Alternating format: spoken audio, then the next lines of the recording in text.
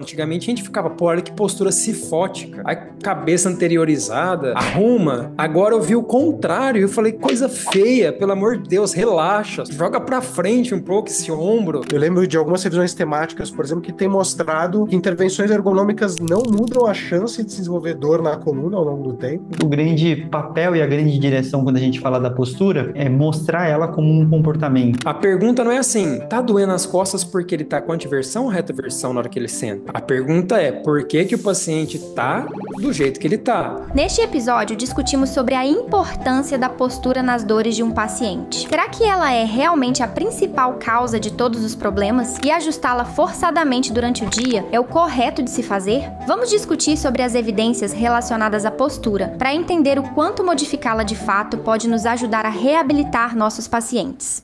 Fala pessoal, sejam bem-vindos ao episódio 225 e dessa vez a gente discutiu sobre se a postura importa sim ou não. Gui Paiva, já que você está aqui com a gente, o que a gente discutiu nesse episódio? Muito bem, a gente discutiu de uma forma dentro da linha do tempo, entendendo como que a postura veio sendo entendida até os momentos contemporâneos, onde a avaliação, a intervenção da postura é muito mais dinâmica, assim como ela própria, do que estática, como era antigamente. E hoje a gente precisa olhar muito mais para contextos, muito mais para detalhes relacionados a comportamento do que a gente olhava anteriormente como especificamente alinhamentos de segmentos corporais. É uma discussão bem bacana, onde a gente frita um pouquinho os neurônios aí. Muito bom.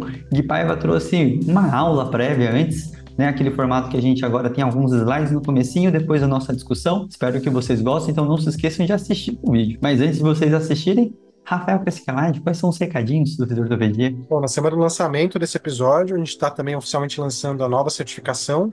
Para quem não acompanha as outras, a certificação é uma linha de produtos do Fisiortopedia, que tem como objetivo transformar a pessoa num expert naquele assunto específico que trata a certificação. A gente já tem duas certificações lançadas, uma de coluna lombar e uma de cervical, e a gente vai lançar agora a certificação de eletrotermofototerapia, né? Então vão ter aulas com os professores Carlos Pinfield, a Josimar de Santana, também com o Júlio Fernandes, e vai ali ser abordado praticamente tudo que a gente tem, tanto de conceitual teórico quanto de evidências de utilização das principais ferramentas, né, que a gente tem para utilizar sobre esses recursos para as principais populações onde a gente tem algum tipo de evidência. E a gente também vai, na certificação, discutir algumas abordagens que são um pouco menos conhecidas, mas que estão ali, né, muito promissoras, então também vão ser abordadas ali ao longo da certificação. Então, quem tem interesse, né, condições especiais de lançamento, sempre bom. Fiquem espertos aí, acompanhem nas mídias sociais. E lembrando que essa certificação teve a parceria da Ibramed, né, onde tivemos os produtos para fazer demonstrativos, a parte prática, ficou super bacana. Eu não sabia que dava para falar tanto sobre elétrica, então nossos professores se superaram, deram aulas sensacionais. Então não perca esse super produto, tá super bacana. E agora fiquem com o nosso episódio sobre a postura importa. Espero que vocês estejam me ouvindo bem aí, então. Como o Foucault falou, eu não vou me estender na minha apresentação, mas ela envolve ter uma postura em certos parâmetros, sejam gerenciais, sejam de atuação diretamente com os pacientes. E, antes de tudo, eu queria agradecer o Foucault, a Rafa, pelo convite para falar com vocês, não só aqui no podcast, mas também lá na certificação, onde a gente tem um tempo muito mais aprofundado para conseguir falar a respeito das minúcias, a respeito dos detalhes sobre lombar, sobre cervical, e desse tema específico que é postura, que, como o Foucault disse, tem muito do fisioterapeuta, eu ia utilizar o termo antigo ou raiz, mas na verdade é do fisioterapeuta criado na fisioterapia, que envolve a biomecânica, que envolve termos, que envolve detalhes relacionados à questão biomecânica, né?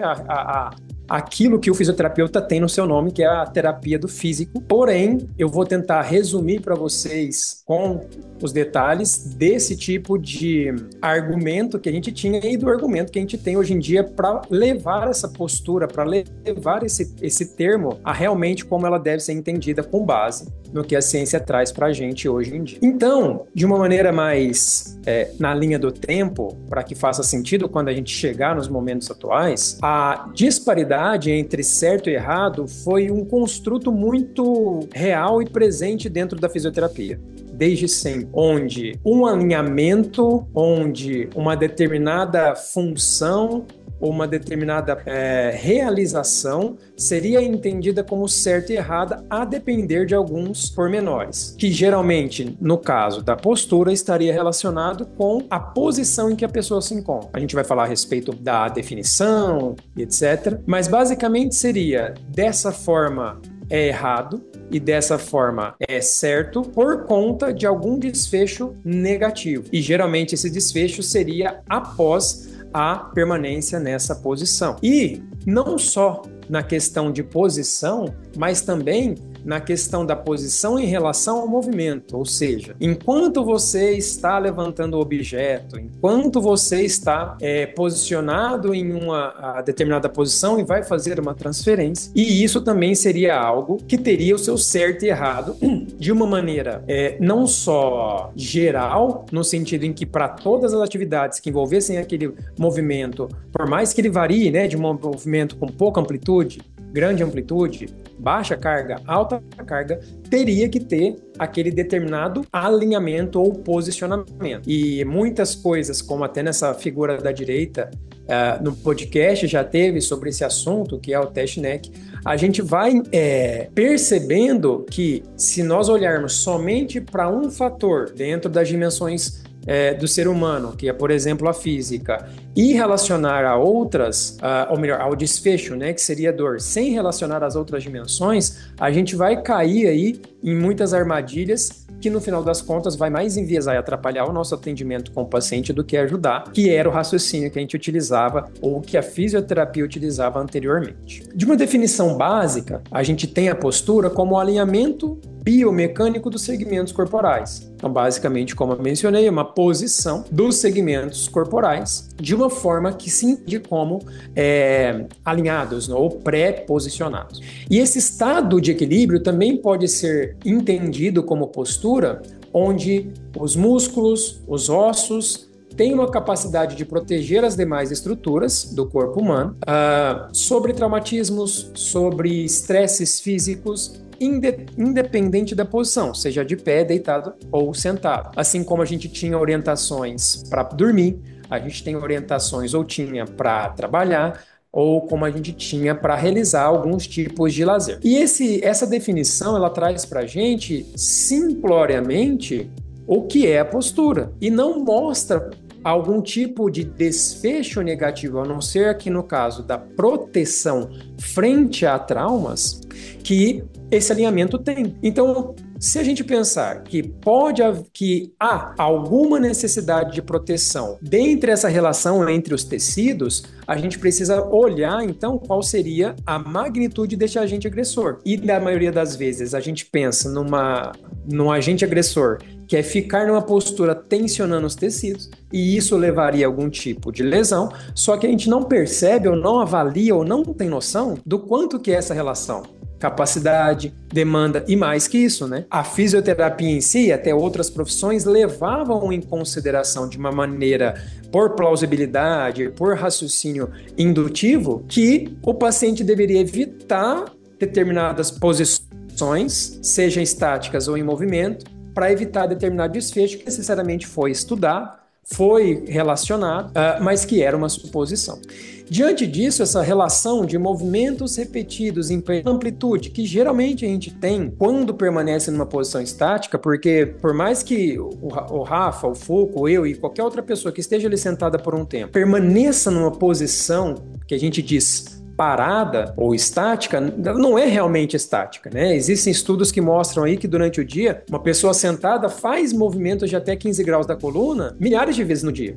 Ou seja, não é estática realmente, ela tem uma variação, ela só não é grande. Então, esse entendimento de movimentos repetidos de pequena magnitude poderiam levar a rupturas, já que as estruturas físicas, como no caso específico da coluna, poderiam sofrer o estresse de uma tensão, de uma compressão ao longo do tempo, e isso levar a danos. E esses danos, né, levariam ali então à inflamação, à lesão propriamente e, eventualmente, com o passar do tempo, em degenerações. Nessa estrutura de causa e efeito, nessa linha do tempo que sempre culmina com o mesmo final, levaria ao pré-entendimento de chegar numa lesão. E como a gente nas especializações conversa, né? Dor não significa lesão, ou seja, aqui hoje essa relação já seria díspare. Até então não era, ou seja, esse entendimento de um desalinhamento não, uma posição que não seguisse uma relação de equilíbrio de posições dos segmentos que protegeria mais o corpo, poderia levar a uma lesão ou degeneração ou uma reação inflamatória, que aí o paciente teria dor e perda de função. Porém, hoje a gente percebe que muitos pacientes que têm dor não necessariamente apresentam esses fatores lesivos a tal ponto, ou o paciente tem degeneração, até tem uma lesão, mas não tem necessariamente dor, e ainda tem outro construto que a gente poderia falar que é incapacidade. E incapacidade não só, por exemplo, para realizar aquilo que ele realiza no dia a dia, naquela posição, ou até em outras posições, em outras atividades, seja de lazer, seja outras atividades laborais. Ou seja, cada vez mais esse construto, ou essa linha de raciocínio linear em relação à postura, esse entendimento único e exclusivo de segmentos corporais alinhados numa pré-determinada, foram sendo mudados para nosso entendimento de acordo com o que a gente aprendeu de neurociência, do que acordo com o que a gente aprendeu em relação a capacidade e demanda, do que a gente aprendeu em especificidade, atenção centrada na pessoa. Então, essa é a linha que a gente vem descobrindo em relação à postura. Nesse estudo de 2023, que fala sobre avaliação postural da coluna e dor lombar, ele trouxe alguns detalhes importantes. Postura crônica pobre pode estar ligada à dor lombar crônica inespecífica. E aí tem dois detalhes que talvez valha a pena a gente discorrer depois. Quando a gente fala em dor lombar crônica inespecífica, não necessariamente a gente relaciona com algo físico, algo específico, como uma doença, como uma lesão específica. Ou seja, então se a gente fosse levantar a postura como sendo algo pobre ligado à dor crônica inespecífica, onde estaria essa relação? Se é inespecífica, né? Então é só um ponto para a gente discutir depois. Comparação de radiografias, ou seja, se eu pego um estudo e comparo radiografias, ao invés de eu avaliar necessariamente pacientes, eu estou analisando posturas anatômicas, ou eu estou analisando pré-definições do que seria um alinhamento correto, mas não necessariamente eu estou levando em consideração o que há de realidade. Quais são as variações anatômicas, quais são as capacidades físicas de cada um. E ainda, esses estudos que avaliam a associação, eu lembro muito bem numa aula do Rafa, que fala sobre a associação pode ser feita com várias coisas que não necessariamente têm uma relação de causa e efeito, não necessariamente provocam algo. Ou seja, estar associado pode ser simplesmente alguma coisa que coincidiu, assim como avaliações estáticas, onde, e isso eu já fiz muito, tá? Não só participei, mas ministrei aulas de posturas onde você avalia a pessoa estaticamente, num quadro de postura, num alinhamento pequeno em que você vê aquela simetria e a partir daquilo você vai criando um raciocínio diante dessas alterações, ou seja, né? Já tem ali um construto dentro desse artigo que leva a gente a pensar o quanto que essa forma de análise, ela hoje não deveria ser seguida, né? Mas também que a relação no final das contas que a gente vai pensar, que a gente, fisioterapeuta, pensaria, né? Que é dor, que é incapacidade, não necessariamente está claro para a ponta, que é o paciente. Ele traz ali alguns tipos que a gente entende, então, de alteração de postura no indivíduo, no ser humano, na lombar, perdão, onde a gente tem as curvaturas normais, lordose, cifose, etc., e algumas posturas variadas que existem. Sway back, que é com uma postura com um pouco mais de hiperlordose e extensão de quadril, e outras como flat back, escoliose. E nessas alterações, por mais que tenham feito esses levantamentos de comparação de radiografia, de estudos de associação avaliando as posturas, talvez relacionando ali numa argumentação que a postura crônica pode estar relacionada à dor lombar, não há um consenso de qual seja a melhor postura a ser obtida. Então, mesmo se a gente pensar numa postura estática, no exercício, não existe necessariamente uma postura ideal, uma postura que a gente entenda como um consenso. E sim, a gente tem variações. A gente tem indicado para não olhar de uma forma que seja baseada especificamente em imagem, que não seja baseada especificamente em pensar sobre algo bom ou ruim, ou seja, dicotômico, e ainda aqueles estudos necessariamente que levam a gente nesses entendimentos passados são como esse aí da referência, ou seja, percepções dos fisioterapeutas como postura ótima sentado de pé. Ou seja, aquela frase que fala a lordose ereta é considerada uma postura saudável é baseado no que o fisioterapeuta tem como percepção e não necessariamente da comparação da evidência do paciente de dor e postura ou até de achados de exame de imagem. Por isso que eu trouxe mais uma vez esse estudo e que mostra nesse levantamento de pacientes assintomáticos e achados de exame de imagem que não tem essa relação direta do que a imagem mostrou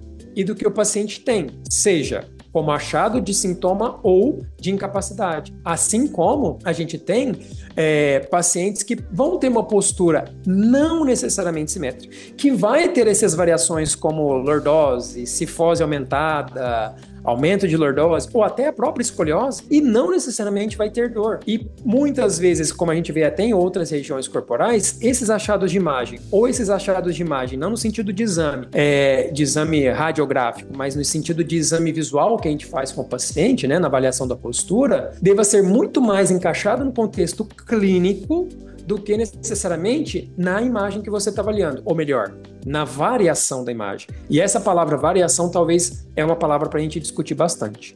Esse outro estudo aqui, de 2010, sobre características biomecânicas, ergonômicas e clínicas em relação à postura sentada, ele é bem interessante que ele fala.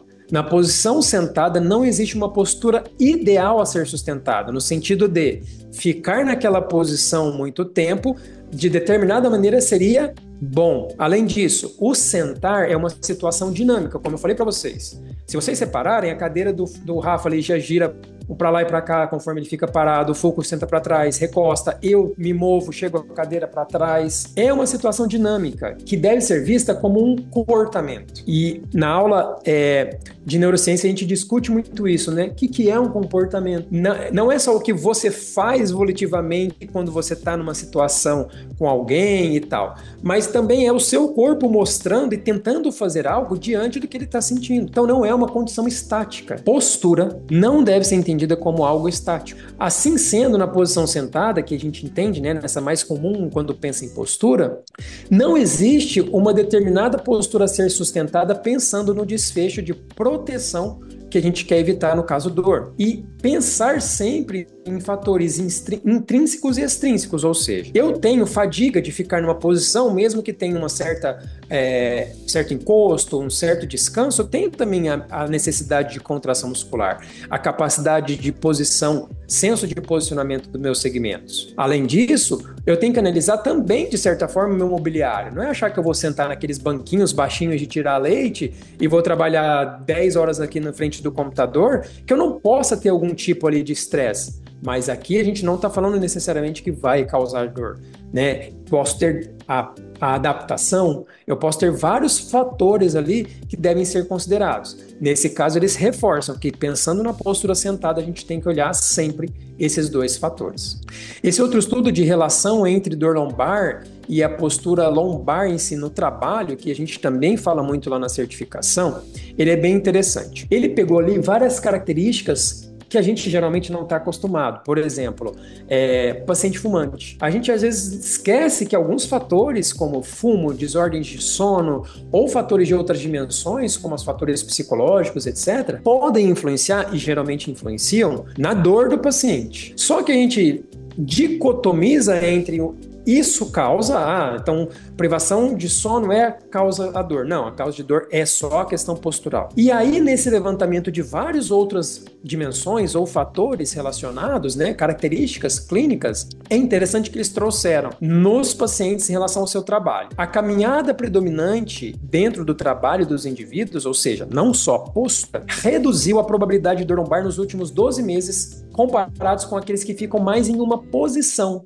ou seja, parados na posição de pé. Não há necessariamente uma associação a posturas de trabalho e dor lombar recentes. Então aqui duas coisas para a gente pensar. Quem se move mais, ou seja, tem mais dinamicidade em relação a quem fica mais parado, tende a ter menos dor lombar em relação a quem fica mais parado. E na comparação, ou melhor, na associação da postura de trabalho e dor lombar recente, ou seja, nesse fator temporal, não aparentemente tem associação. Então, existe muito aquela questão, o paciente já começou a trabalhar e já não encaixou na ergonomia. A empresa exige que você use aquele apoio de pé, aquele apoio de mão, aquele suporte de mouse, e a pessoa não se adapta bem. Enquanto outros se adaptam bem, lá na frente diz que desenvolveu algum tipo de problema por conta daquela posição. E isso, dentro desse estudo de 2022, não encontrou essa associação necessariamente à postura. Mas esses outros fatores de característica clínica foram muito valorizados. Então, olha que interessante, por exemplo, um aspecto psicossocial, que é o trabalho monótono ou a falta de suporte no trabalho, sendo fatores levantados e que mostram ali também a sua influência no desfecho do paciente em relação à satisfação, em relação à dor. E isso, obviamente, também diz ali em relação à sua assiduidade e tudo mais. Muito bem. Esse outro estudo que eu trouxe fala a respeito de estações de trabalho sentado, de pé, e o impacto no desconforto da dor lombar. Uma revisão sistemática com meta-análise que fala, então, justamente desse intercalar de sentado para de pé. Há um menor relato na incidência de dor lombar, quando, nesse caso, diferente daquele estudo, há mudança. E, de novo, variação e questão dinâmica, como eu mencionei. Os estudos revisados sugerem que os indivíduos podem se beneficiar mais mudando suas posturas naturalmente sem um cronograma rígido. Aqui de novo, né? A gente pensa na dinamicidade como o corpo mostrando que há algo incômodo e precisa mudar. Uma das coisas eu estou mudando, escorregando muito na cadeira, vou lá e mudo. E eu percebo isso 1, 2, 3 vezes, talvez compense eu ficar de pé. Eu estou sentindo que eu estou ficando cansado, minhas costas estão cansadas, eu estou sentindo, o corpo está mostrando, então é mais benéfico eu fazer a mudança. Por isso que sempre tem aquela premissa, né, que não existe uma postura correta, sim, mudar é o correto, ou seja, eu preciso mudar durante ali aquele tempo em que eu fico mais em uma determinada posição. Então, quando a gente faz esse levantamento, ou os estudos fazem esse levantamento, o mais natural é ouvir o corpo e como que eu devo ali respeitar o tempo em que ele fica sendo estressado de uma forma física, tá? E não necessariamente pensando, eu tenho que fazer a cada 2 horas, eu tenho que fazer a cada meia hora. Quando a gente pensa em questões trabalhistas, em questões de carga horária, a gente pode até relacionar isso. Mas se a gente for pensar no quesito humano, no quesito físico, no quesito corpo, capacidade e demanda, é altamente variável. É variável pela capacidade física de cada um, pelo tipo de trabalho, pelo tipo de, então, mobiliário, pelo tipo de físico. Então, se nós olharmos de uma maneira estrita ou restrita como antigamente, a relação vai continuar sendo de causa e efeito. E aí a gente vai cair na premissa de sempre estar achando algo de diferente para mudar naquela postura, e muito provavelmente aquela postura vai ter algum tipo de variação pequena e não necessariamente o paciente vai melhorar. Ou daqui a um tempo vai falar, é porque você ficou muito alto, muito baixo, muito rodado, muito... sempre procurando algum outro enviesamento. Então essa relação não é mais o objetivo que a gente tem de fazer.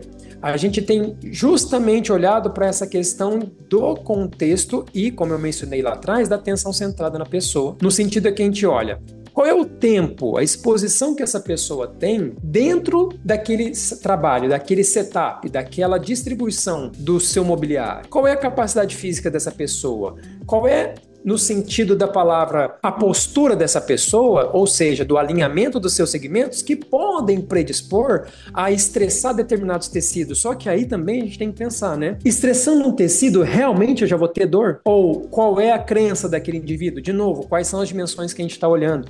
Aqui, postura não pode ser olhada simplesmente como um alinhamento de segmentos corporais que existe certo e errado e causaria um dano ao paciente e, consequentemente, dor. Por isso, nessa relação, é interessante que a gente levante alguns pontos, tá? Tempo, ou seja, duração naquela posição. A incidência é a primeira incidência do episódio de dor ou algum tipo de sintoma quando você fica naquela posição, ou é recidivante? Toda vez que eu fico naquela posição tanto tempo, eu sinto isso. E ela é coerente com algum tipo de tecido sendo irritado? E aí a gente pode cair, por exemplo, né, nas classificações que a gente tem de dor. Prevalência, né? A gente tem aquela postura levando basicamente aos mesmos tipos de acometimento ou de problema referido para aquele tipo de população. Lá na certificação a gente tem mais tempo para chegar, por exemplo, em algumas populações que trabalham com vibração. Então a prevalência nesses casos, já dando spoiler, né, é maior para determinados tipos de relato de dor. E aí eu tenho maior prevalência nisso. Então eu tenho uma relação não só, né, de população, mas também de tipo de trabalho e de tipo de sintomatologia. A gente tem realmente alguns tipos, por exemplo, de trabalho que você tem um estresse maior para alguns tecidos corporais, né? Então, necessariamente, tipos de dor podem ser mais comuns porque há maior probabilidade e há maior risco, mas não necessariamente uma relação de causa e efeito. Quando a gente pensa, por exemplo, em traumatologia, a gente não está falando necessariamente que o paciente vai ter sempre o mesmo tipo de dor ou incapacidade de acordo com o mesmo tipo de classificação de trauma. Aqui é no mesmo sentido. Eu não posso relacionar dor sempre com aquela posição para todo tipo de pessoa. Ainda mais quando eu pensar, então, em duração, em capacidade física, em crença ou outras dimensões que o paciente, né, tem ali prevalentes. E, obviamente, como eu mencionei, o setup que ele trabalha e essas outras variáveis. Então, para finalizar essa minha fala, essa apresentação, é pensando nesse aspecto global, ou seja, sair de uma relação única, exclusiva, biomecânica, para algo mais abrangente, analisando os aspectos que o paciente tem em relação a esse relato da postura ou do contexto biomecânico, alinhamento, ou necessariamente, né, dos segmentos corporais em determinadas posições nessa relação, e tendo como que eu posso dizer, tendo uma ação, tendo uma visão muito mais contemporânea e menos enviesada do que seguindo raciocínios clínicos avançados que, na verdade, no final das contas, só olham para esse fator mecânico que, de novo, cai naquele fator causal antigamente que parece muito satisfatório, mas não é. Então, acho que, né, deu para trazer um pouco do que a literatura veio alterando ao longo do tempo, de como que a gente está nesse panorama atual, e já convido também para a certificação de lombar, de cervical, que aí, obviamente, a gente aprofunda muito nesse tema e mostra esses tópicos aí que eu mencionei. Muito bom, Gui. Obrigado aí pela aula. E vamos começar do começo, né? Rafael Crescicalati, o que é postura? E se ela importa, sim ou não? Olha, a gente pode analisar ou definir postura por vários prismas, né? Mas se a gente for olhar em termos de comportamento motor, postura, o alinhamento postural é um dos componentes do que a gente chama de controle postural. E aí a gente pode achar definições diferentes para controle postural, mas basicamente a mais aceita, que a gente vai achar inclusive em livro texto, né? Tipo o Shun-Wei Cook e o Alacote, é que o controle postural, ele tem ali como objetivo manter o indivíduo com equilíbrio, né? Ou seja, com a projeção do centro de massa dele dentro dos limites da base de apoio e também com um certo alinhamento dos segmentos corporais que favorece ou permite com que ele execute os comportamentos motores. E aí a gente está falando de postura sobre esse segundo ponto. Então é interessante porque, quando a gente olha na perspectiva do controle motor, o alinhamento postural, ele é muito contextual, né? Então a análise do alinhamento postural é muitas vezes, né, literalmente, como que o nosso corpo se organiza para que a gente possa cumprir determinado objetivo motor. E esse alinhamento postural pode assumir diferentes formas a depender daquele contexto, a depender do indivíduo, a depender das demandas da tarefa que estão sendo realizadas. Que é uma visão bem diferente do que a gente vê, muitas vezes, né, de conceitos e métodos que envolvem um olhar da postura, que tratam postura meramente como resultado final, meio que de imbalanços musculares, né? Seja por encurtamento, por fraqueza, força excessiva de um grupo muscular. Então, quando a gente pensa em postura mesmo, né? Quando a gente vai para a definição do comportamento motor ou de controle motor, a gente tem uma definição muito mais dinâmica. E aí, acho que para a gente começar a discussão, eu acho que é interessante falar disso, né? Para a gente falar se ela importa ou não importa, eu acho que primeiro tudo depende do desfecho. Para qual desfecho? Né? Se a gente vai falando de dor, se a gente vai falando de incapacidade, eu acho que do que o Gui trouxe pra gente é que ela importa muito pouco. Talvez a gente encontre algumas populações ou alguns contextos aonde a postura ela faz parte de vários outros fatores, outras variáveis que em conjunto fazem aquela pessoa ter ou manter aquela determinada queixa naquela determinada, né, região, ou enfim, naquele contexto que ela está executando a tarefa. Mas eu acho que é interessante a gente pensar de uma forma mais ampla nisso, né? Porque eu já discuti com vários colegas o assunto, e aí ela importar ou não, de novo, volta para o desfecho. Se a gente for pensar, por exemplo, em drenagem pulmonar, que eu não sei nada sobre isso, a gente vai ver que tem diversos métodos e técnicas que são eficazes e indicados em algumas condições, tipo o Trendelenburg, que usa a postura, né, para fazer ali um desfecho de melhora da função pulmonar. Então, talvez para esse desfecho, ela importe em uma determinada população. Se a gente estiver pensando em performance no esporte, talvez a gente vai encontrar que para algumas tarefas, algumas demandas mecânicas, a postura também importa. Se a gente estiver falando de um movimento, sei lá, de levantamento olímpico de peso, por exemplo, se a pessoa tiver muita oscilação ou tiver um alinhamento postural determinado, ela pode ter mais oscilação da projeção do centro de massa. Isso pode fazer com que ela perca equilíbrio na tarefa de uma forma mais fácil e ela não consiga cumprir aquela tarefa, né? Eu acho que pra gente discutir primeiro e não ser categórico, falando que importa ou não importa, primeiro a gente tem que falar do desfecho. Eu acho que o que a gente tá falando aqui é no desfecho, no contexto do desfecho de dor e incapacidade, né? Acho que para a gente levar essa discussão. Eu acho extremamente importante nessa discussão e que ela não aconteça de uma forma muito, né, simplificada, vamos pensar assim. E eu acho que, como o Rafa colocou, é uma coisa que, particularmente, quando eu conheci o Rafa em especial, todos os conceitos de controle motor, entender que tem várias escolas relacionadas a isso, a gente vai realmente entendendo que talvez a gente possa falar que a postura, se ela for falada de uma forma muito simplificada também, né, sobre um alinhamento perfeito, uma posição estática, isso realmente a gente tem entendido cada vez mais que isso não é o que realmente vai importar. E a gente sabe que várias das técnicas da fisioterapia foram construídas a partir disso para você corrigir uma postura, para você chegar numa postura única para todo mundo. Eu acho que a gente pode chamar, né, a atenção um pouco para os equívocos das interpretações que a gente sempre fez, né? Assim como o Rafa falou também, né, desequilíbrios musculares e tudo mais. E já jogando um pouquinho mais para frente, mas eu acho que uma parte importante é entender que essa definição, ela vem e varia conforme, né, linhas de raciocínios específicas, mas eu acho que o mais importante é entender a repercussão que a gente tem para o nosso paciente, pensando que é um senso comum,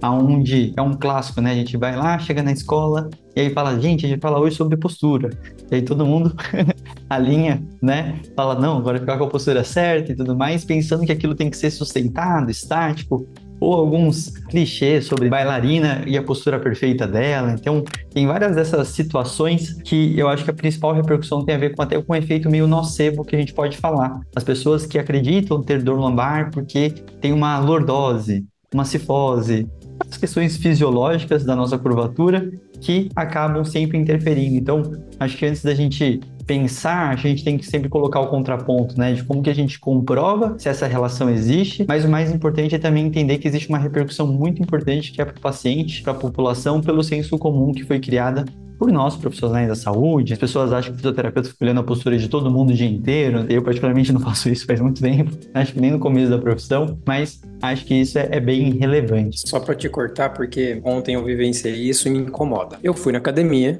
e tinha uma pessoa lá que eu não sei se ela estava forçando ou se era o natural, mas essa hipercorreção torácica com adução escapular que mostra esse peitoral avantajado, assim, igual o Rafa tá forte agora, aparece bastante, mas essa questão que todo mundo fica, junta a escápula, fica assim, né? E me incomodava, porque como você falou, antigamente a gente ficava, pô, olha que postura cifótica, a cabeça anteriorizada, arruma. Agora eu vi o contrário, eu falei, coisa feia, pelo amor de Deus, relaxa, joga pra frente um pouco esse ombro, justamente porque a visão, como você mencionou, hoje é o extremo pra lá, o extremo pra cá, que a gente busca, que muito a gente procurava às vezes até um pouquinho mais alto, um pouquinho mais baixo, é porque a gente aprendeu que deveria ser de uma forma neutra, de uma forma X. E como o Rafa falou, essa forma de olhar para um comportamento e o porquê que está naquele contexto daquela forma, a gente não tinha. Então hoje, o paciente falava que tinha dor quando ficava trabalhando no escritório,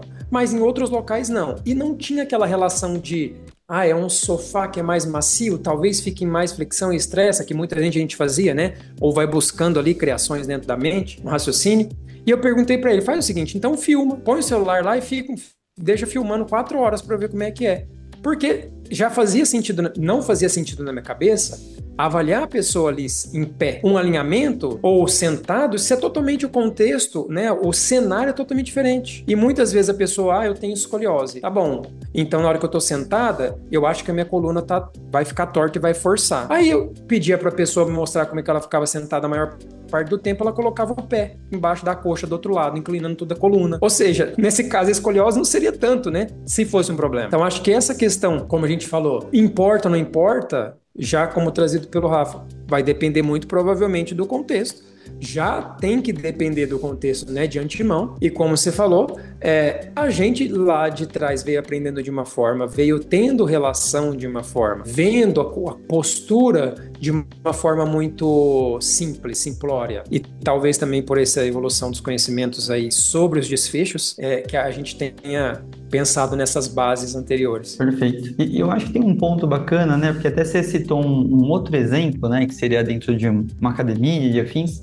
Mas se você for pensar dentro de modalidades esportivas, né, você tem algumas estéticas, né, também criadas dentro da modalidade, onde essa postura ela é criada, mas ao mesmo tempo meio que da onde que veio, nunca ninguém se sabe, né? Então, normalmente é um espelhamento de alguém específico, né, de algum atleta que se sobressaiu. Então, isso é uma questão. Então, é bacana de entender a dinâmica da discussão aqui, porque senão a gente vai ficar realmente numa questão muito dicotômica que não é o ideal, né? E aí eu vou puxar de novo pro Rafa, né, para entender um pouco dessa parte, um pouco mais do controle postural propriamente dito, quando a gente fala dos conceitos de controle motor, eu acho que é onde expande para entender, né, o que é esse externo, né, que vai moldar um pouco o nosso interno quando a gente fala dessa postura e o que sustentaria ela, né? Então, assim, tem vários princípios específicos que eu acho que é legal explorar para entender o que seria controlar essa postura propriamente dita, né? Tem vários fatores que podem determinar o alinhamento postural da pessoa, desde fatores relacionados, por exemplo, à frouxidão ligamentar dela. A gente sabe que pessoas com frouxidão ligamentar vão tender a ter um determinado tipo postural muito mais de apoio passivo em estruturas, por exemplo. Isso não quer dizer que elas não consigam ter outros alinhamentos posturais. Elas optam muitas vezes, principalmente em demandas de mais instabilidade, né? Ou seja, ficar de pé, muitas vezes, ou uma postura que elas precisariam de um pouco mais de controle, elas optam por ficar numa determinada postura. Então, assim, é difícil definir um pouco quais fatores podem influenciar o alinhamento postural, porque basicamente todos eles podem, inclusive a amplitude de movimento de uma determinada articulação também pode determinar com que a pessoa adote, né, adaptações posturais do alinhamento para conseguir manter o equilíbrio naquela tarefa ou executar uma função específica. Mas eu acho que o ponto interessante da postura é que, diferente de movimento, existe um senso que as pessoas têm, a população tem, de que existe um movimento certo e errado, e que movimentos errados são lesivos. Só que esse certo e errado não é tão claro assim. Então, a maior parte das pessoas não tem um conceito tão claro do que é um movimento certo para, por exemplo, sei lá, nadar. Vai falar, né? Nossa, na natação o movimento correto é esse, todos os outros são lesivos. Dificilmente você vai ter esse conhecimento geral como senso comum. Dificilmente você vai ter esse conhecimento geral também para outras tarefas específicas. Então, poxa, qual que é a mecânica para fazer um de agachamento terra, por exemplo? Talvez as pessoas que são daquele meio, praticam aquilo, vão ter uma crença, né? Uma ideia do que seria talvez esse movimento correto. Mas quando a gente fala de postura, esse é um senso comum no geral. A maior parte das pessoas tem realmente essa crença de que existe várias posturas erradas que envolvem o desalinhamento e a postura certa é a postura neutra. E isso, é uma coisa que é socialmente construída mesmo, altamente difundida, porque é um conceito simples, é um conceito que você não precisa ter muito refinamento para entender o que está acontecendo. E é o que o Gui falou, assim, boa parte das pessoas muitas vezes vão tentar corrigir a sua postura de forma voluntária, né, por conta desse sistema de crenças. E outras vão manter, mesmo que entendam que existe uma postura dita certa, vão manter outros alinhamentos posturais por outros motivos. Assim, não vai ter um fator único que vai determinar o alinhamento postural das pessoas. Agora, o que eu acho que é importante para a gente até pensar nessa discussão e aprofundar ela é isso, né? O Gui trouxe, por exemplo, vários estudos de associação. Esses estudos estão demonstrando, mesmo quando você controla bem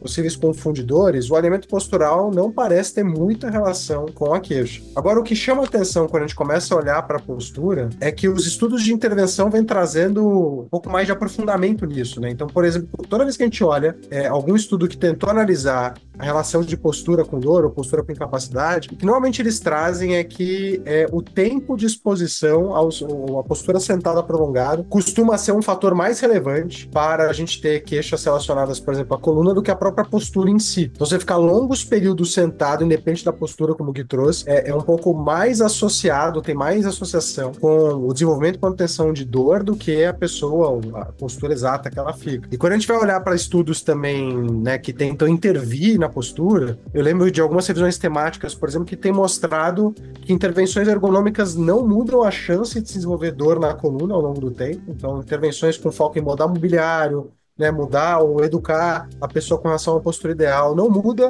o risco de se desenvolver uma queixa de dor, mas, por exemplo, uma atividade, uma pausa ativa, a execução ali, né, a interrupção durante o dia de longos períodos de sedestação com exercício reduz drasticamente o risco da pessoa desenvolver uma queixa relacionada com a coluna no trabalho. Eu acho que é isso, assim, tentando não ser dicotômico, é importante a gente entender que a postura, ela, mesmo no conceito de queixa, ela pode às vezes importar, mas o que a literatura tem trazido pra gente aqui, normalmente não de forma isolada, normalmente é aquela pessoa que faz aquele trabalho e mantém aquela determinada postura por longos períodos, mas que também é uma pessoa, por exemplo, sedentária, com alterações de sono, com vários fatores psicossociais. É uma pessoa que pode, ou aquilo pode estar associado com a queixa dela, mas não é a postura isoladamente naquele caso, que gera tudo isso. E quase todas as intervenções que a gente olha mostram também esse efeito, assim. Tentar olhar para a postura como um foco de intervenção parece ter um efeito muito pequeno ou nulo sobre a melhora clínica da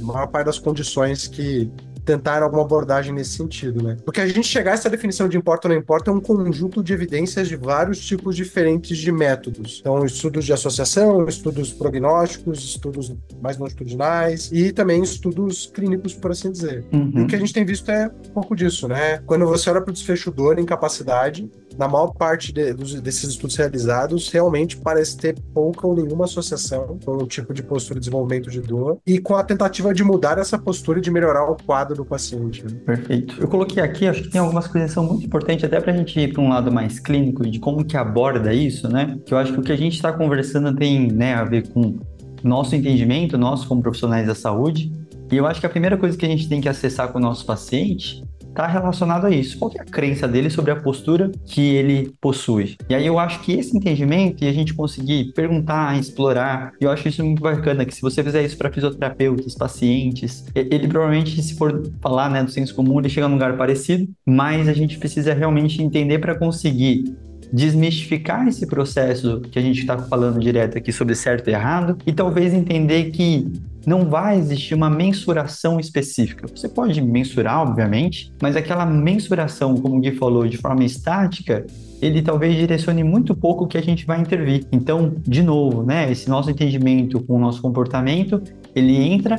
E aí eu acho que o grande papel e a grande direção quando a gente fala da postura é mostrar ela como um comportamento. Então, se a gente falar do comportamento sedentário, onde a pessoa acredita que a dor dela é porque ela está numa cadeira ou numa postura equivocada e inadequada, a gente começa já mostrar para ele que se ele pensar na postura como um comportamento e que ele pode intercalar entre comportamento mais ativo, mais sedentário, isso já é uma forma de você educar e facilitar o que você vai abordar. Isso não necessariamente impede que você possa pensar aonde ele senta, a mesa, mas não no sentido de precisar estar na linha do horizonte, numa postura específica, e sim numa questão de poder variar entre as posturas ou dar estímulos que a postura possa variar sozinho, né, de certa forma. Então, facilitar que essa variação, assim como o Gui falou, hoje a gente ainda tem aquelas mesas que sobem, levantam, a gente pode trabalhar de pé, sentado, e eu sempre indico essa questão de cadeira. A cadeira melhor é aquela que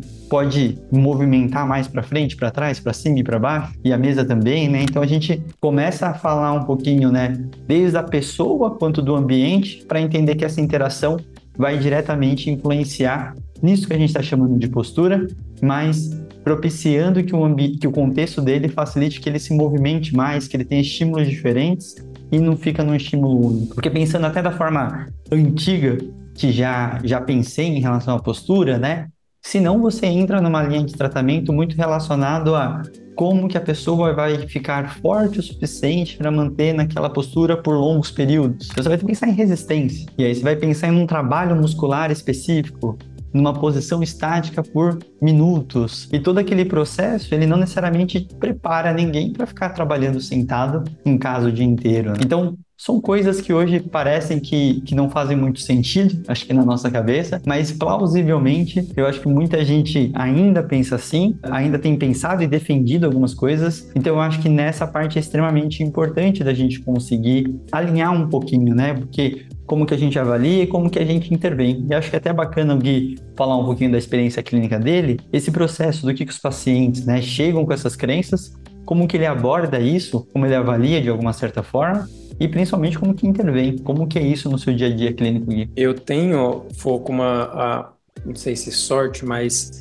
desde quando eu me formei, eu já tinha essa relação com conhecimento mais contemporâneo ou futurista, a gente pode dizer assim, que é o que a gente vive hoje, nessa questão de analisar as situações ao invés de simplesmente pegar o que está lá num livro de 1980 e seguir o que está falando. E diante disso, o que a gente tem atualmente é justamente analisar o paciente em cada contexto daquilo que ele traz e levando em consideração as outras dimensões. Então, eu não posso pegar um paciente, por exemplo, vou usar o meu caso aqui, que estou apresentando, que preciso lembrar do que eu montei na aula, que eu preciso lembrar do que eu tenho de conhecimento, que eu preciso transmitir, e isso gera uma certa agitação, um certo nervosismo, e isso me inquieta na cadeira, do que alguém que está sentado, passivo, só assistindo, lembrando o que vai fazer hoje à noite, parado, prostrado. A movimentação, o comportamento vai ser diferente. Então, se eu não entendo já esse cenário, na hora da avaliação, eu ficar preso num fator físico, num fator de alinhamento,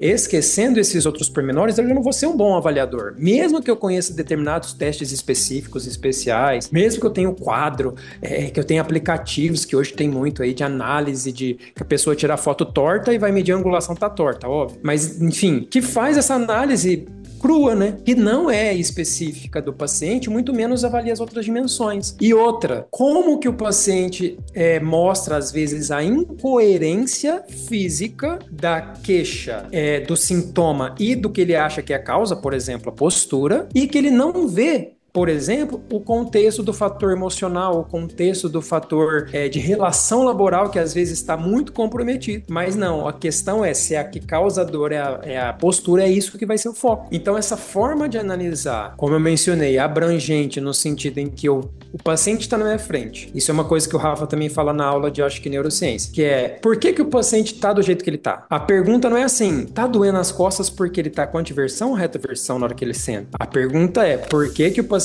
tá do jeito que ele tá? Por que essa dor tá assim? Vou, baseado no meu raciocínio, avaliar as questões mecânicas se são coerentes. Tem uma relação, tem uma modificação para melhor e pior conforme faz. Pô, tá muito incoerente. E eu já coletei outros dados que me parecem proeminentes. Como eu falei, existe uma blue flag, existe uma black flag, ou seja, relacionada ao trabalho, relacionada não só à questão ergonômica, mas relação trabalhista. Aí na hora que você vai colocar no papel, você vê que você tem muito mais uma tendência dos fatores ou dimensões não físicas do que as físicas. Então eu não vou pôr ele em frente ao quadro, por exemplo, vou mandar ele filmar ele sentado naquela posição durante algum tempo ou avaliar algumas capacidades físicas. Mas um trabalhador que envolva com um trabalho de vibração, que envolva com um trabalho de carregamento, eu preciso avaliar a capacidade dele. Mesmo, por exemplo, nessas situações em que tem também esses outros fatores não físicos, digamos assim. Então, essa forma de analisar a avaliação, entre aspas, da postura, tem que levar à abrangência, o contexto, muito mais que simplesmente o alinhamento. E a intervenção, eu gosto muito de utilizar metáforas, mas também de pensar, colocar o paciente para pensar, que esse é um método, se eu não me engano, socrático, né? Porque eu sempre esqueço, tá? De onde vem, onde é, ou a definição, e aí eu recorro a vocês. Mas, por exemplo, paciente, se filma 10 minutos sentado. Você vai ver que uma hora você apoia o braço direito. Você vai ver que uma hora você escorrega um pouquinho para frente. Você vai ver que uma hora você se ajeita. Você em 10 minutos mudou, descansou o músculo, mudou a relação de força naquela articulação, naquele músculo, várias vezes. Então você não ficou numa posição que poderia sobrecarregar aquele ligamento, aquele músculo que alguém falou. Ou seja, aí o paciente percebe e fala, pô, é mesmo, eu fiquei sentado, que em tese é a postura que eles falam que poderia ser ruim. Ou numa cadeira que não tem encosto lombar para suportar a minha lordose. Mas você estava na cadeira com suporte de lordose escorregado para frente várias vezes. Então o suporte não vai valer coisa nenhuma. Colocar essa clareza, talvez a minha intervenção maior é colocar o paciente nessa clareza do que realmente está acontecendo e do que realmente talvez importa no caso dele. Aí, nesse caso, muitas vezes é excluir. Vamos excluir, vamos fazer as avaliações. Parece que não faz sentido isso. Essa questão aqui da cadeira parece que não está tão importante. Então vamos olhar para outro lado. Essa questão aqui da sua variação anatômica talvez também não seja muito importante, conforme você trouxe na história no exame físico. E vai excluindo. Aí vai chegar uma hora que o paciente vai falar, pô, se realmente tudo isso não faz sentido, o que faz? Aí a gente também tem esse levantamento. Ou o próprio paciente fala, né, pô, realmente, é um trabalho que eu não gosto, é um trabalho que é físico difícil, tem uma demanda, eu já tive problemas laborais já atrás, de salário, etc. Eles não dão um cinto lombar, bom, que isso me ajudaria lá no transporte. Pô, você já tá juntando as coisas aí, você tá me falando isso. Agora, se me falar que é só isso, né, não, é só o cinto que não me estabiliza bem a lombar, né, que aperta a lombar que nem um cão e protegeria muito, enfim. Eu acho que esse cenário avaliativo, como eu mencionei, mais abrangente, também do contexto, mas levando muito em consideração mostrar para o paciente essa avaliação dele mesmo e na intervenção fazer sentido para o paciente, assim como a gente faz sentido muitas coisas de educação, né? Que eu brinco, fazer educação em dor é fácil, agora falar quais são os componentes da educação em dor quase ninguém sabe. Então, educação por educação todo mundo faz. É interessante ver assim, porque quando a gente para pensar, né, como abordar a postura tem um pouco a ver com o framework, o modelo mental que você vai usar para conduzir o teu raciocínio clínico. Se você usa um modelo mais cinesiopatológico, ou seja, que parte do pressuposto que é ali o problema, né, que esse é o prisma que você vai olhar para identificar o problema, independente de quem é o paciente, do que ele faz para trabalhar, né, de como é que tá a vida dele naquele momento, que outras condições ele tem. Se você parte do pressuposto, você vai olhar para o postural dele, você não acaba não conseguindo contextualizar, na verdade, para saber quais casos talvez a postura realmente importa. Porque o que a gente está discutindo aqui é isso, né? Poxa, a postura, quando você olha para a evidência, que a evidência nos traz, é que, na média, a postura não parece ter uma relação para esses desfechos que a gente está falando. Mas como a gente está trazendo na discussão, vão ter casos específicos onde o alinhamento postural pode ser um dos fatores que está associado com a queixa daquele indivíduo. E aí é interessante, porque é isso, se você vai com esse framework puramente, olhando que olha só para a postura, e a gente vai ter vários conceitos, métodos, que vão ter esse conceito, vão ter esse viés, o RPG, por exemplo, vários métodos de cadeia muscular. Por mais que você olhe para a postura e entenda o valor dela até mais do que a literatura traz, é muito provável que você não consiga identificar os casos onde ela realmente importa. Agora, quando você vai com outro ponto de raciocínio, né, usando outros modelos mentais, aí você consegue, com um raciocínio hipotético dedutivo, e entendendo o que faz sentido, o que não faz, né? Em alguns casos, você vai conseguir realmente identificar, olha, nesse paciente aqui, a postura parece ser, de fato, talvez um dos fatores associados com a queixa dele. Eu acho que esse é um ponto interessante de a gente pensar, como, na verdade, você cria quase que uma autoprofecia quando você vai com um modelo mental que olha só para a postura, onde você, na verdade, pode deixar de conseguir achar os casos onde ela realmente importa, né? Isso é uma coisa interessante. E o outro ponto que eu ia falar é um pouco de que a postura é uma coisa meio... quando você aborda ela, ou traz à tona essa reflexão para o paciente, é uma coisa interessante porque um movimento num contexto específico, né? Se você usa uma abordagem, você ensina o paciente a fazer o movimento da forma correta, por assim dizer. É uma abordagem também baseada no modelo cinesiopatológico. O paciente não está fazendo aquele movimento o tempo todo, no geral. Então é uma coisa contextual de tentar corrigir o movimento. Agora, a postura é uma coisa que a pessoa faz ou vai manter o tempo todo, né? Então é muito interessante porque a minha experiência clínica, toda vez que você tenta trazer luz à postura da pessoa, ela fica hipervigilante. Não existe uma forma de você abordar ou falar que a postura em algum contexto é importante sem tornar a pessoa hipervigilante com relação a tentar manter a postura, né? É um negócio que ela literalmente está mantendo um alinhamento postural o tempo todo. E se ela sai com a ideia, né? Eu acho que esse é importante, mesmo nos conceitos onde a postura talvez de fato importe. Se ela sai com a ideia de que existe um certo e um errado, a gente pode tendo nela um sistema de crenças onde ela vai ficar o tempo todo monitorando aquilo, e às vezes ela monitora tanto aquilo que ela deixa de prestar atenção em outros fatores que talvez sejam mais importantes nessa rede rede de causalidade para explicar a queixa dela. Então, ela fica mais preocupada em manter um determinado alinhamento naquela tarefa que ela está fazendo do que, por exemplo, né, não ficar 8 horas fazendo aquela tarefa seguida. Ela dá mais importância, talvez, por um fator que é só o estopim, né? Porque se eu, de novo, queimei o dedo, eu tô com a lodinha mecânica e térmica no dedo. Se eu bater o dedo, dói, porque eu tô com a lodinha mecânica e térmica porque eu queimei o dedo. O bater o dedo é só o estopim, é só o gatilho que faz eu ter a lodinha. Da mesma forma, num paciente com hipersensibilidade, privação de sono, sedentário, que faz um esforço repetitivo numa postura determinada, e a gente entende que aquela postura pode ser um dos fatores associados com a queixa, a postura provavelmente está sendo só um estopim ali de uma pessoa que está hipersensível. Se a gente dá muita atenção para a postura e não ajuda o paciente talvez até entender, mesmo no conceito onde a postura importa, que os outros fatores podem ter até mais força para explicar a queixa dele, a gente pode tornar o paciente super hipervigilante, porque é o senso comum, a ponto de ele nem olhar para os outros fatores que talvez sejam os mais importantes, né? Então é interessante isso, assim, a gente tem que tomar mais cuidado por esses dois viés, né? Nem olhar tanto para a postura a ponto de você não conseguir identificar em que ela realmente importa, e aí é um problema, ou você dá tanta ênfase para a postura mesmo nesses casos onde ela pode até ter algum papel na rede multidimensional, que a pessoa acaba despriorizando os outros fatores que são mais importantes que a própria postura em si, né? Perfeito. Isso é um detalhe rapidinho para acrescentar. E em qual momento que a pessoa tá? Se ela tá numa crise ciática, a postura sentada com a perna esticada vai ser ruim, só que em outro momento não. Então você vai falar, agora a postura sentada com a perna esticada é ruim, mas depois não. Ou seja, também depende, né, da situação clínica. E muitas vezes a pessoa fala, tá vendo por que não pode sentar com a coluna? Pô, aí também é força barra. Então você tem que, além, né, do que o Rafa falou,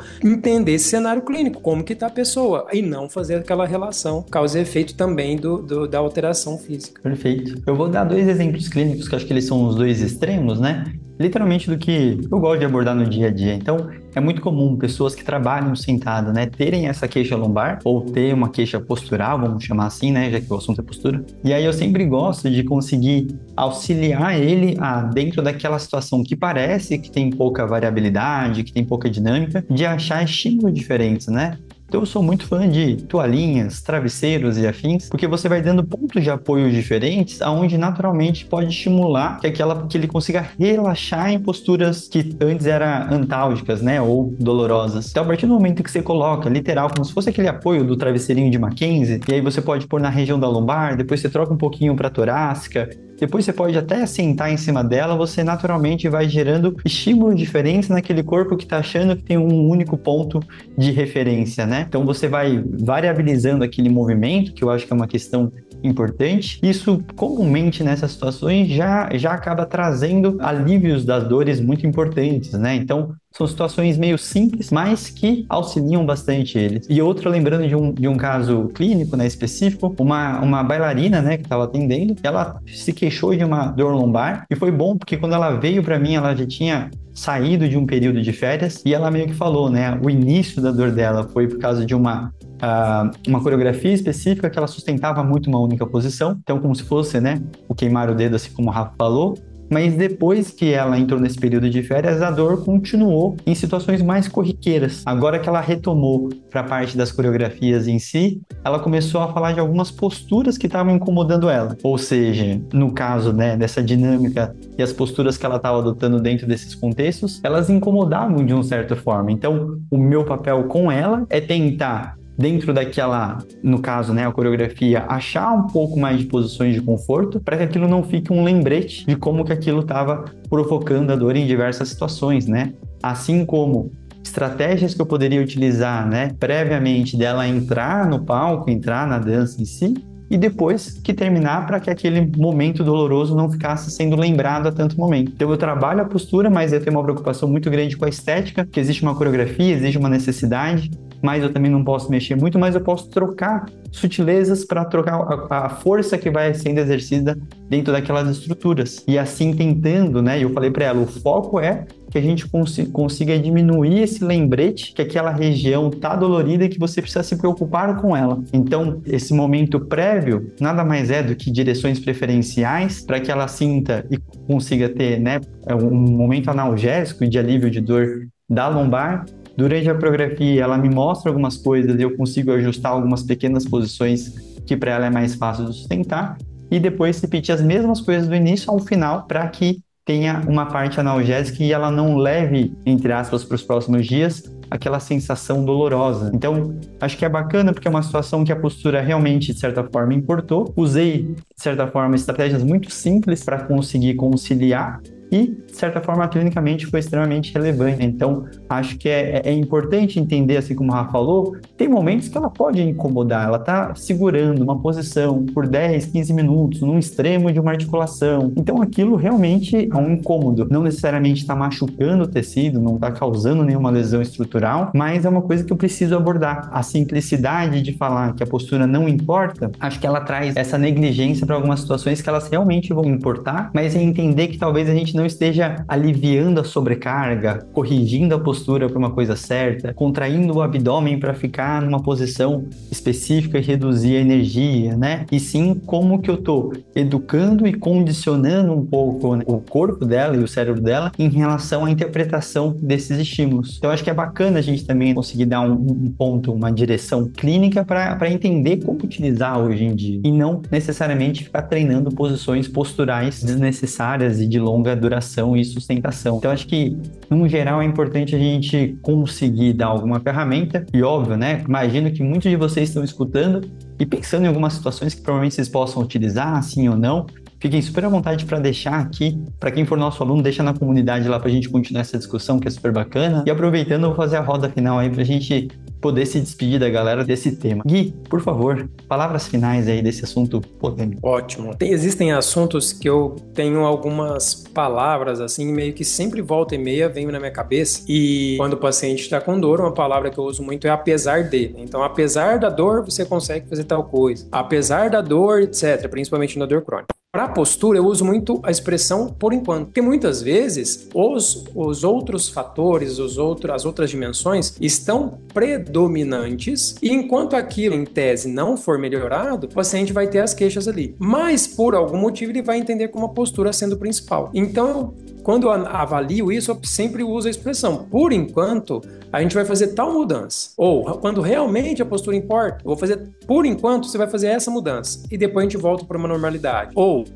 o paciente está numa crise e eu preciso mudar os estímulos que irritem ele. Mesma coisa, por enquanto a gente vai fazer essa mudança. Não necessariamente você precisa mudar isso a longo prazo, ou então, como o Rafa falou, ficar toda hora pensando nisso. Não deve ser o foco, tá? Eu acho que em nenhum momento deve ser o foco. O paciente já vai procurar, por exemplo, se estiver com dor, posições mais analgésicas. O próprio corpo, né, vai procurar soluções. Então, talvez a minha expressão aí que fique para a gente sempre lembrar na hora de avaliar e intervir é por enquanto, né? A postura vai ser alguma coisa mais temporária do que necessariamente a gente pensar em algo fixo ali. Perfeito. Rafael Crescicalite, a postura importa?